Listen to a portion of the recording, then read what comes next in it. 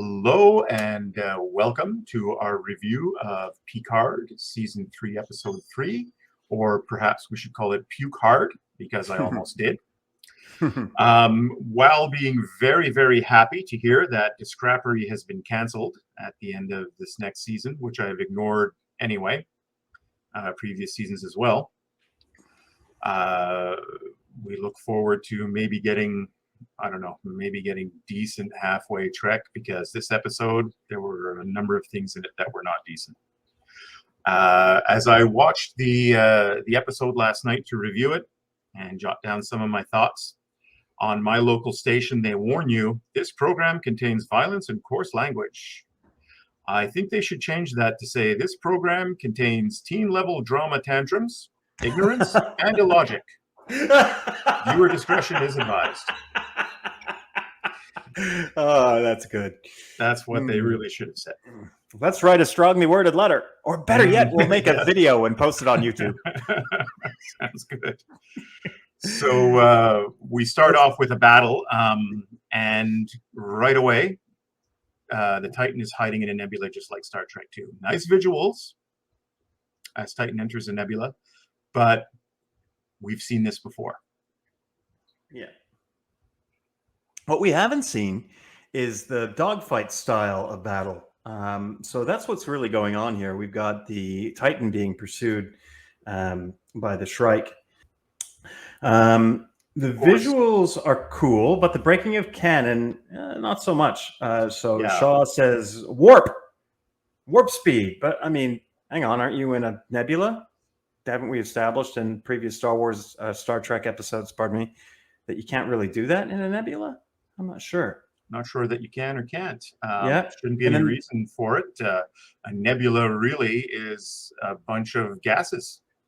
Right, yeah. We're not even sure if the sensors wouldn't work. We don't even really know how the sensors work anyway, right? Why wouldn't they? Yeah, I don't know. There's no reason that they shouldn't work. So previous canon is from Star Trek 2, isn't it? I believe so. Yeah, that would be Star Trek 2, which did it. And of course, Star Trek is notorious for being inconsistent with its canon. Whatever works this week for the story, that's what we're going to do. Yeah. It used to be trouble. Now it's just logic is thrown out the window. Yeah. So, and we'll get into that. I thought, I was drawn out of the episode by things like go deeper. Oh, now that we're deeper, there go the sensors. Well, how long have you been in there? Mm-hmm. So anyway, that's my point about this dogfight and what it did. One other point I was going to make is that while you say dogfight, I would have to say I understand dogfights to be between fighters and not capital ships, which these are. Yep. So what would you call it? Well, no, I would still call it a dogfight because they are actually in motion and they're using maneuvers to try to evade. Right. That's how I think of a dogfight. Yeah, there was some criticism about early YouTube fan productions of the original series Enterprise returning to the Guardian of Forever and flying like a jet fighter and maneuvering exactly like a jet fighter with incredible speed and turns. Which I could understand where they were coming from doing that. That was also a problem with Interplay Starfleet Academy when it was first released in, I think, early 1997. And they fixed that later in 1998 when too many fans complained. Like the, Enterprise motion picture era is moving around like a fighter plane. No, this is not XVT. It's not X-Wing versus TIE Fighter. This is supposed to be capital ships. Give us a different experience. And they wrote a patch that actually worked a lot better. So regarding this being capital ships, so the reason why a dog fight is kind of like where you need to maneuver, right? You need to maneuver to evade is because there aren't firing arcs, are there? Basically, right. your guns are fixed, and wherever your craft is pointed, that's where you can attack. Of course, that shouldn't be working for these ships because that's right. They're supposed to have firing in all of their arcs. So we'll see a bit later how that affects a major plot point. Oh, okay. Yeah. Look, so I think what I'm trying to say is that I agree with you that because these ships have firing arcs, the dogfight is ridiculous and pointless unless you're trying to fool a targeting computer. And let's be honest, if we've seen any current military videos of an M1 Abrams tank driving over rough terrain, bouncing all over the to heck, shooting at another tank that is also bouncing over rough terrain and hitting it because of its predictive targeting. Yeah, you're telling me 300 years into the future they won't be able to deal with this sort of issue? Yeah, so now that you mention it, exciting, but really unrealistic. Yeah. All right, then we cut to a bar scene, which is 17 years previous. The de-aging is a little too noticeable. I'm pretty sure that I've seen people on YouTube doing better deep fakes when they were showing Luke Skywalker at the end of season 2 of Mandalorian. Yeah, and you can de-age faces, but you cannot de-age voices. Picard still sounds like he's like a really old man. Foot in the grave. True. Riker gets a little bit of shit from his women. Nag, nag, nag. Yeah, which is not how I would think Troy would act. So, anyway, back on. We also had a bromance hand contact, which seems out of place also. Yeah, not with these two. Yeah, I don't know what they're trying to do with that, but no. Yeah. If it's not in their character, then don't do it. Do it with your new invented characters. Have Captain Pshaw go and do that to other people. Oh, Pshaw. Back on board the Titan, they are experiencing electrical and biological signatures in their energy surges that are coming through the nebula. And I would like to name this Ignorance Point 1. Yep. Yes. You're telling me that Starfleet vessels can't handle electrical discharge from a nebula? I'm going to call bullshit on that one. They work with tremendous energy levels. A phaser has got enough power to level blocks in a city.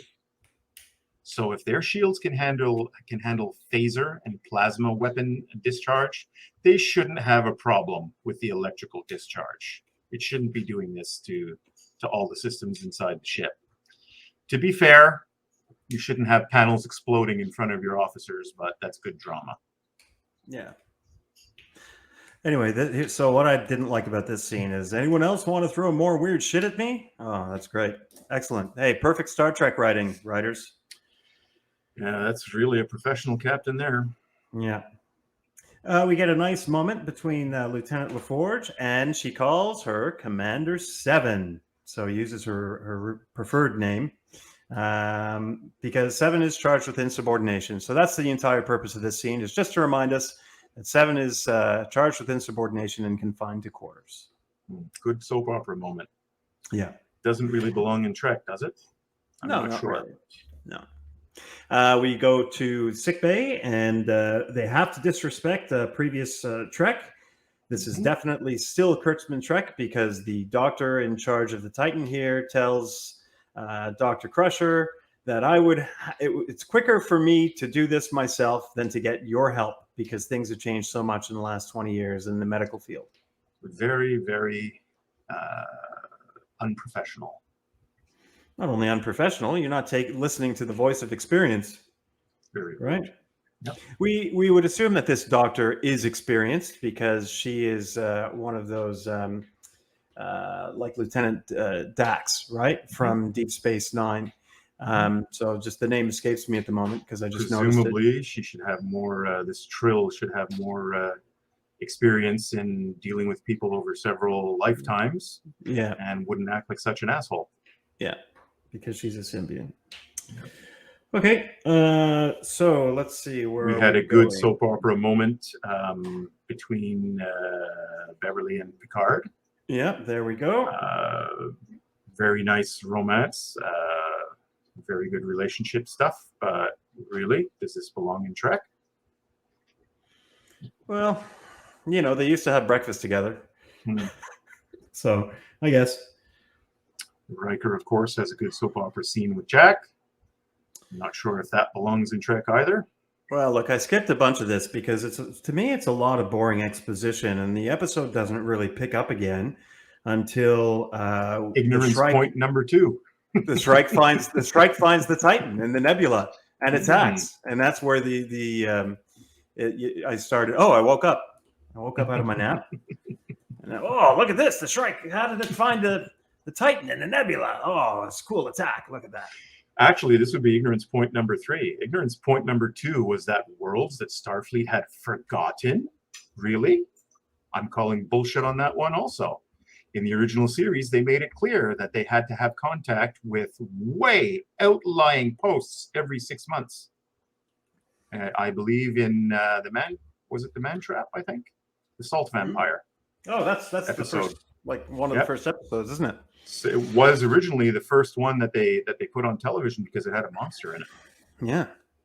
Mm-hmm. Yeah. Ignorance point number 3 was how the bad guy here hits the Titan with just enough damage for Riker to take over, and then they just sit back. Oh, hang on. And they wait. Captain Pashaw is injured.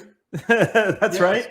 And don't forget the Shrike. They did say so. Captain Vadic did say that she's surgical, and the Shrike will pick at its opponent, pick at its enemy, or its prey, pick at its enemy. It's like death by 1,000 cuts.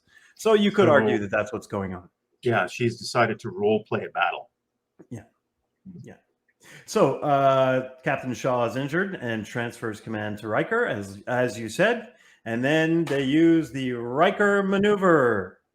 I'm not sure what's going on here. This seems to be ignorance point number 3. I would say would be here. We're up to 4. Photon torpedoes can have timers on them. You don't have to phaser them to detonate them. Oh yeah, but this is fancy. Yeah, there wouldn't be really much of a shockwave unless they hit volatile gas. Is there volatile gas in the nebula? It's unclear. It's bad writing if you don't define that. If there's volatile gas in the nebula, then the battle that they've been having should have been really, really dangerous. Unless there's pockets of gas. I think they did that in Insurrection. Maybe they could pull a little bit more of that. It's, honestly. Also in this scene, Picard tells Will, maybe it's time you call me number 1. Right. I'll just hand you my nutsack while I'm at it. So next we have, Worf. Yes, Raffi. With Raffi don't care. Worf I have been working on myself. Oh, FFS, Yes. As soon as he offered chamomile tea, I said, oh, fuck off. Yeah. And Raffi is just Klingon. Basically bitching in this scene. So it's very yawn. Raffi bitching, Worf talking about how he's cucked. I'm glad to see that it isn't a Klingork. Yeah. We do have Worf changing his mind again. Raffi does not have the heart of a warrior. She does have the heart of a druggie. Yeah. And we get more, like Mandalorian, we get side quest. Side quest. Let's go get Titus Ricka. And while this is going on, Shaw's in sickbay. Bev's experience saves him. So they did subvert the what came before with the Doctor previously, right? By saying, it would take me less time to do it myself than assign it to you. But then Bev's experience saves Captain Shaw. So it's nice to see that it goes, it cuts both ways. Right? And it's surprising to see that it wasn't man-shaming of a male Doctor. Yeah. Wow. Okay, good. Shaw asks Jack how the Shrike is tracking the Titan. So this Jack looks down and he sees the trail of blood that Shaw left behind him as he came into sickbay, and you can see the wood burning in his head. So the wheels are turning. And he thinks, there must be a trail of some sort. Now, it is surmised on the Titan that the nebula is not a normal one because of the electrical and biological energy signatures, and Commander or Captain Riker chooses to exit as soon as possible. But as they exit, Captain Vadic is directly behind them. And she says, ready the device and fire. And it is a portal gun. Anybody who ever played the Valve game Portal knows exactly what this is. And if you haven't, I highly recommend it. It's a fantastic game and very cognitive in its experience. A lot of puzzles. And solving. maybe something we shouldn't steal for our script writing if we're not the script writers. Yeah, it's not an original idea. Just so you know, stupid hideout. Yeah.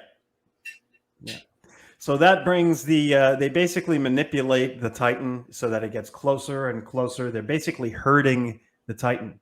So Commander Riker decides to go back into the nebula. While this is going on, Worf captures Titus and Raffi kind of interferes. She's just there, it seems, to make stupid remarks. Which is nice. It's good that she's just there for a change instead of it being the other way around with Worf just being just there. Yeah. So, yeah, that's better. Okay. At the same time, the Titan is trying to run and quite frankly, getting the crap kicked out of it. But I guess not enough for it to cause any major problems in the ship. It's just bizarre why they're toying with the Titan. Just shoot it. Just disable it. If you wanted Jack Crusher, it's ridiculously easy to get him. Why are you dragging this out? Just so that the episode can drag out. That's it. So Jack goes to Seven's quarters to find out how they're being tracked because Seven is bloody brilliant and she knows her ship. So they discover that their ship, the Titan, has been sabotaged and they're leaking some type of gas called berterium. Okay. I think that's how we're going to pronounce it. Mm-hmm. So apparently the ship can vent this gas into space somehow when it doesn't vent anything else out into space, so far as we know, because if it did, it would be trackable that way too. Yep.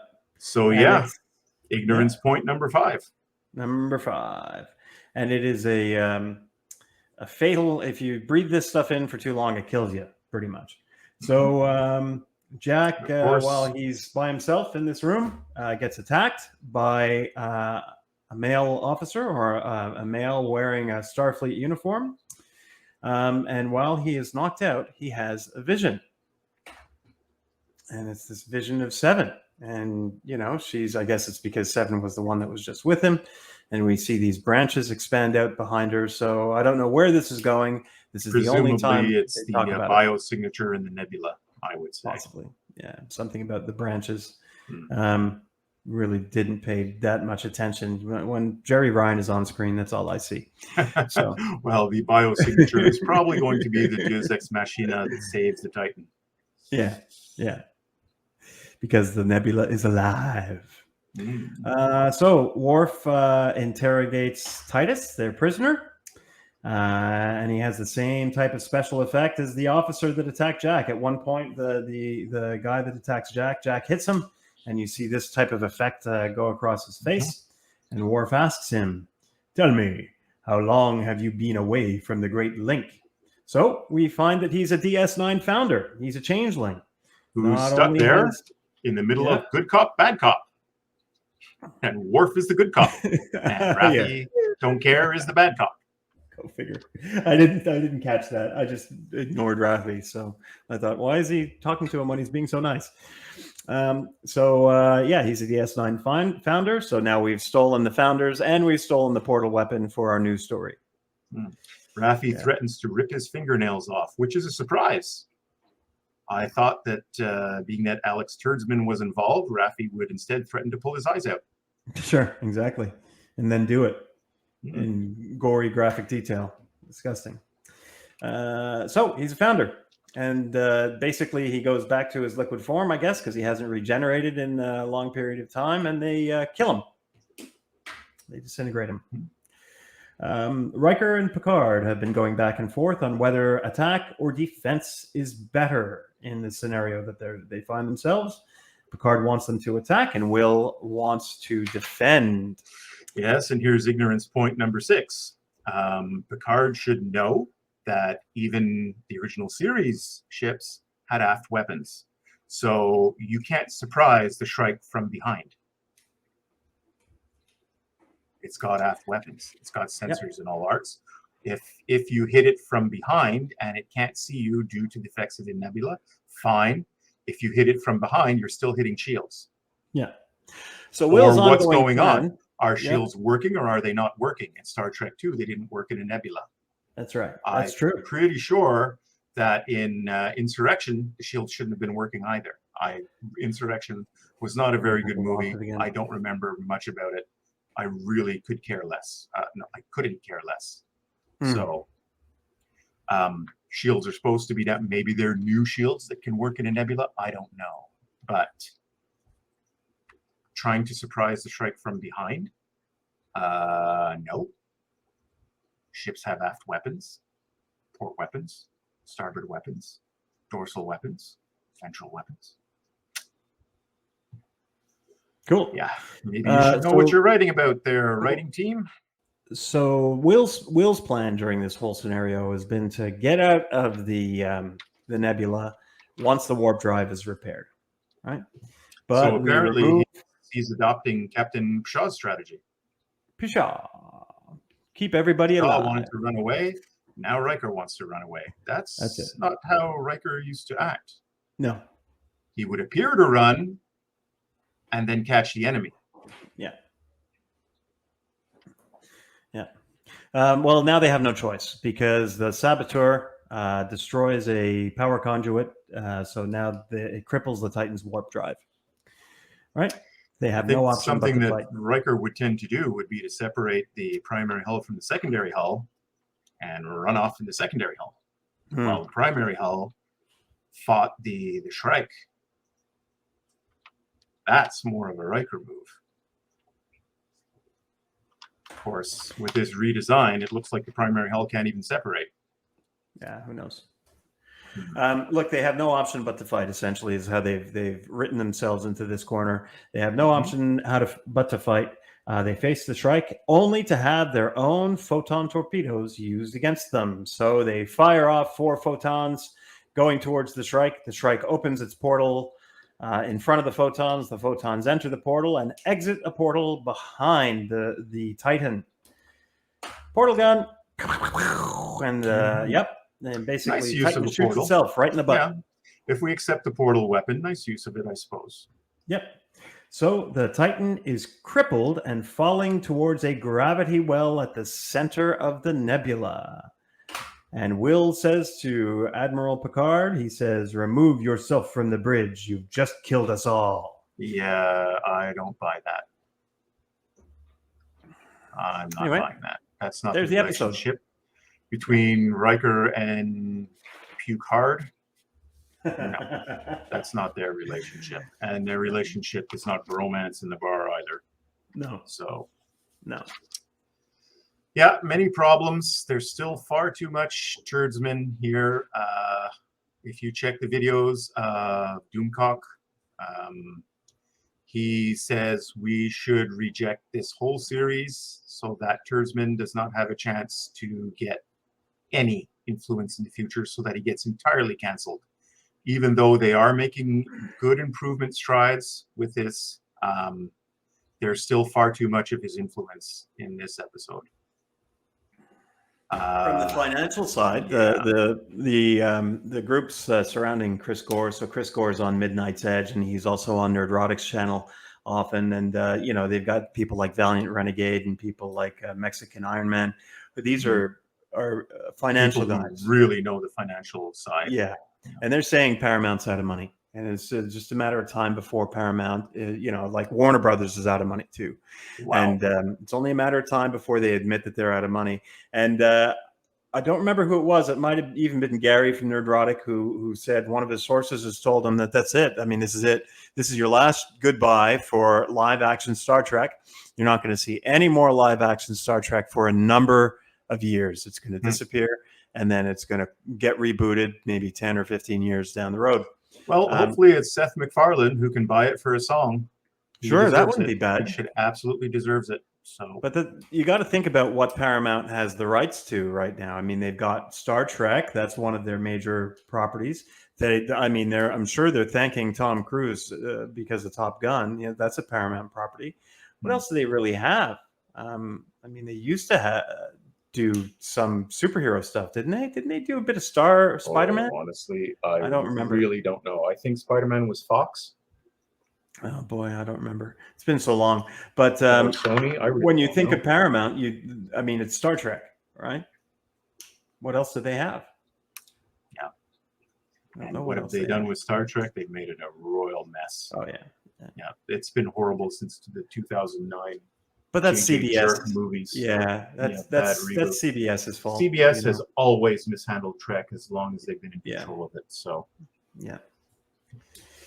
Yep. With that loveliness, we leave you for Let us know what you next think. episode, and hopefully it's going to be a lot better than this, because while this was watchable, it was, yeah, it wasn't. All you'd have to it do, wasn't an outright face slap like Discrapery has been, and some episodes of Strange New Woke, but there's some good episodes on Strange New Woke. There's some total shit episodes on Strange New Woke.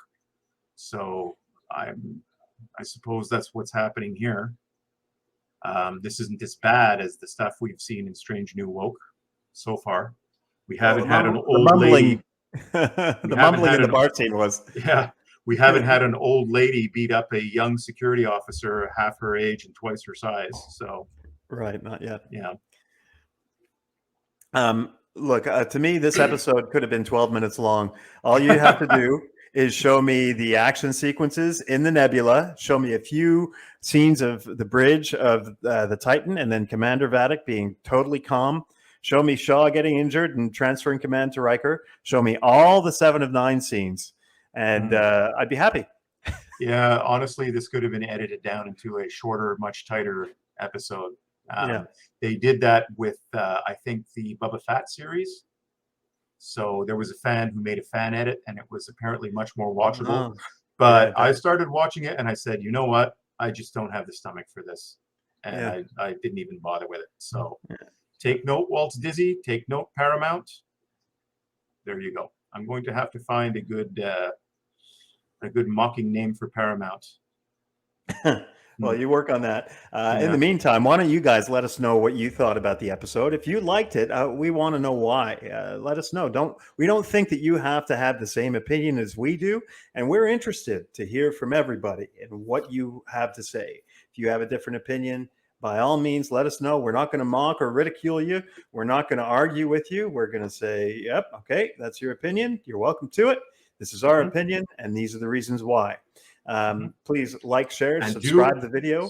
Yeah, certainly. Do give your reasons why you think the way you do, by all means. Yeah.